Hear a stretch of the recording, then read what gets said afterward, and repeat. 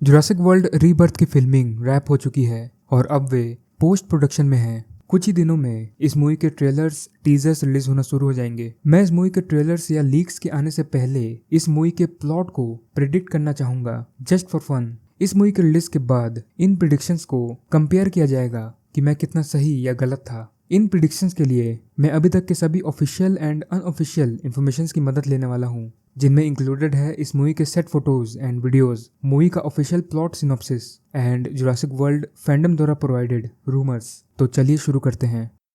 Opening. Jurassic movies हमेशा किसी dinosaur attack के साथ ही ओपन होती है, एक्सेप्ट जुरासिक वर्ल्ड, जिसकी ओपनिंग में इनोमिनस रेक्स के एग को हैच होते हुए दिखाया गया था। मुझे लगता है कि इस मूवी की ओपनिंग डेल्गाडो और उसके 2 बच्चों के साथ होगी, जो अपने बोट के साथ इस आइलैंड के काफी करीब आ जाएंगे और उन पर प्लीजियोसॉरस अटैक कर देंगे। वे मारे तो नहीं जाएंगे बट इस आइलैंड में फंस जाएंगे। First act.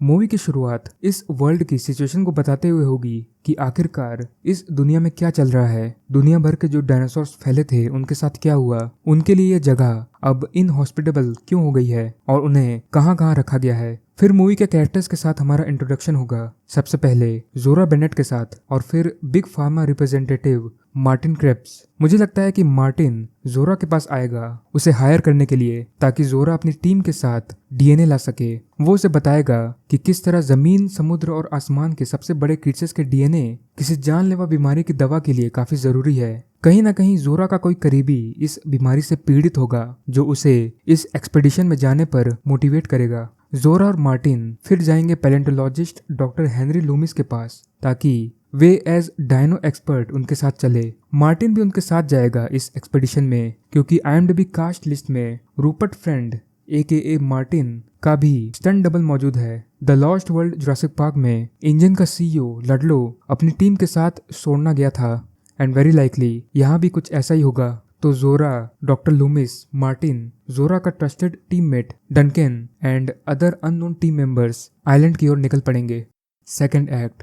वेरी लाइकली वे लोग इस आइलैंड में एक बोट से ही जाएंगे, किसी प्रकार की पेट्रोल बोट में। आइलैंड में आते ही वे कुछ शांत हर्बीवोर डायनासोर्स जैसे ब्रोकियोसॉरस या पैरासाउरोलॉफिस को देखेंगे, पर फिर वे रियलाइज करेंगे कि यह आइलैंड इतना पीसफुल नहीं है जितना उन्हें दिख रहा है। उन्हें एक क्रैश्ड हेलीकॉप्टर दिखेगा, जो कि उन लोगों का होगा जो इस आइलैंड में टूर करने आए होंगे। वे फाइनली जमीन, समुद्र और हवा के सबसे बड़े जीवों के डीएनए को लेना शुरू करेंगे, और इस दौरान डेफिनेटली उनके कई सारे टीममेट्स अलग अलग क्रीचर्स द्वारा मार दिए जाएंगे। मेरे अनुसार इस मूवी में ये dinosaurs and non dinosaurs appear होने वाले हैं। Parasaurolophus, Mosasaurus, T rex, Velociraptor, Gallimimus, Triceratops, Quetzalcoatlus, Plesiosaurus, Titanosaurus and Spinosaurus. अब मुझे ये क्यों लगता है कि ये डायनासोर्स एंड नॉन डायनासोर्स इस मूवी में आने वाले हैं, इसे मैंने इस वीडियो में बताया है, आप चाहें तो देख सकते हैं। जो 3 क्रीचर्स जिनका डीएनए इन्हें चाहिए वे शायद हैं टाइटैनोसॉरस, मोसासॉरस एंड क्वाटसेकोटलेस। मुझे लगता है कि पहले क्रीचर यानी टाइटैनोसॉरस का डीएनए उन्हें आसानी से मिल जाएगा, क्योंकि वो एक शाकाहारी है। इस इमेज में जहाँ डनकेन खड़ा है उसकी कमर पर कोई चीज लगी हुई है जो शायद किसी डायनासोर का पी है। तो पहला डीएनए लेने के बाद कोई डायनासोर इनकी बोट पर हमला करेगा, जो कि शायद है स्पाइनोसॉरस, क्योंकि ये डॉग पर खड़ा है। स्पाइनोसॉरस के हमले के बाद ये लोग इस आइलैंड में फंस जाएंगे। मूवी के किसी पॉइंट पर डेल्गाडो फैमिली और जोरा की टीम आपस में मिल जाएंगे और वे साथ हो जाएंगे। आइलैंड में वे इन एंशिएंट रूइंस के पास आएंगे, and I don't think so कि ये एंशिएंट रूइंस किसी एंशिएंट ह्यूमंस या सिविलाइजेशन ने बनाई है। मुझे लगता है कि ये इंजन कंपनी का काम है। इंजन कंपनी का लोगो इस मूवी में चेंज होने वाला है, और ये काफी स्ट्रेंज है कि 6 मूवीज के बाद इस कंपनी का लोगो चेंज किया जा रहा है, एंड डेफिनेटली ये कोई गलती नहीं हो सकती। मुझे ऐसा लगता है कि ये लोगो जो इस मूवी में दिखाया जाएगा ये इंजन का सबसे पहला लोगो था, और ये आइलैंड इंजन का सबसे पहला आइलैंड था जहाँ वे जुरासिक पार्क बनाने वाले थे, ईस्ला न्यूब्लार से भी पहले। पर यहाँ ऐसा कुछ हुआ जिससे उन्हें इस आइलैंड को अबैंडन करना पड़ा, और हो सकता है कि इंजन के सबसे पहले डायनासोर्स बाद वाले डायनासोर से ज्यादा अग्रेसिव हों, क्योंकि ऐसा तो नहीं हो सकता कि 2018 के बाद जब डायनासोर्स पूरी दुनिया में फैल गए वहां के साइंटिस्ट के पास उन डायनासोर्स का डीएनए नहीं है जिनकी रिक्वायरमेंट इन्हें है। हो सकता है कि इन्हें इंजन द्वारा बनाए गए सबसे पहले डायनासोर्स का डीएनए चाहिए, और इन्हीं से वो लाइफ सेविंग मेडिसिन बनाई जा सकती है। और जो भी सिनिस्टर रिवील की बात की गई है प्लॉट में, वो इंजन कंपनी से जुड़ा होगा। Third act.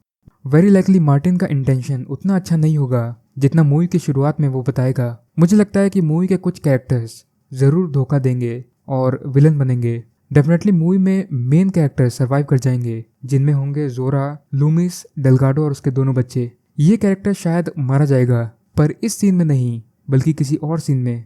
मूवी के क्लाइमैक्स में एक डायनासोर बैटल जरूर होगी। यूनिवर्सल को पता है कि लोगों को डायनासोर को लड़ते हुए देखना बहुत पसंद है, तो वेरी लाइकली बैटल होगी टी-रेक्स एंड स्पाइनोसॉरस के बीच।